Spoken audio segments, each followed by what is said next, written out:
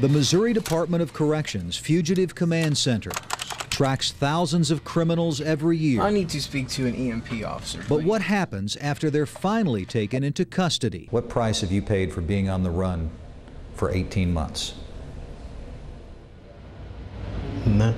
Dwayne Cook, nicknamed Psycho, was sentenced to 15 years in prison for shooting this man, Gerald Pittman. You figure justice is served. Right. But after serving 7 years behind bars, then failing several drug tests while he was on parole, Cook stopped reporting to his parole officer. It was a pretty good time. Right. Seriously, you were having a good time doing it. Right. The state called him an absconder, the official term given to parolees whose whereabouts are unknown. He was captured 7 months later. You felt like you were getting away with something? Pretty much. He spent several months behind bars, but the parole board refused to add extra days on his sentence called abscond days for the time he spent on the run. If you can't follow the justice system, what good is it? After getting released from prison, Cook ran again, this time for 11 months. I know they got a picture of me. I know they know I got a warrant. But after so long, man, they don't care. He was captured, but during our interview, Cook admitted he was in prison for drug treatment, not for being on the run. They don't care. News 4 Investigates discovered Cook's case in a massive database obtained from the Missouri Department of Corrections. The records reveal details of warrants and parole actions for more than 16,000 offenders, covering a 2.5-year period.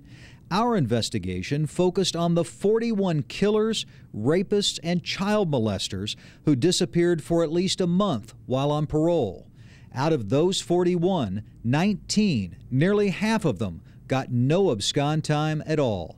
Only 2 received as many abscond days as they spent on the run. The state issued a warrant for convicted murderer Terry Taylor on January 5, 2005. He was taken into custody 238 days later and returned to prison, but received 0 abscond time added to his sentence. The parole board issued 3 separate warrants for convicted killer Zachary Green. He absconded for a total of 121 days. The parole board revoked his parole but refused to give him any abscond time. He's now a free man. The state issued 7 separate warrants for convicted rapist Versus Cole, who was on the run for nearly 3 months. But Cole only got 1 abscond day and is serving his time, like many absconders, at a St. Louis halfway house. You've got violent, convicted felons out there running from law enforcement, and then the parole board is not requiring them to pay back the time that they were on the run. I understand that it may not look good to some people. Why do we even have parole? They're not being held accountable for those crimes. St. Louis City Circuit Attorney Jennifer Joyce says absconders should have to give back every day they're on the run. For every day on the run, you get an extra day in prison. I do favor that. I think that you need to create a disincentive for people to be on the run. You don't think it should be automatic, day for a day? No, I don't.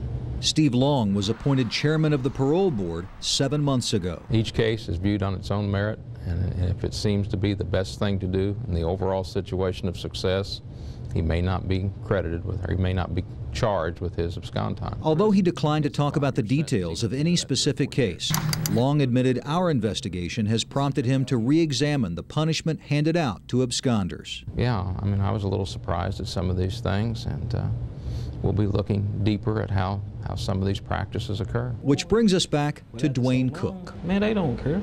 Unknown to Cook or us at the time of our interview, the parole board recently added 332 days of abscond time to his sentence, nearly 2 days for every 3 he was on the run.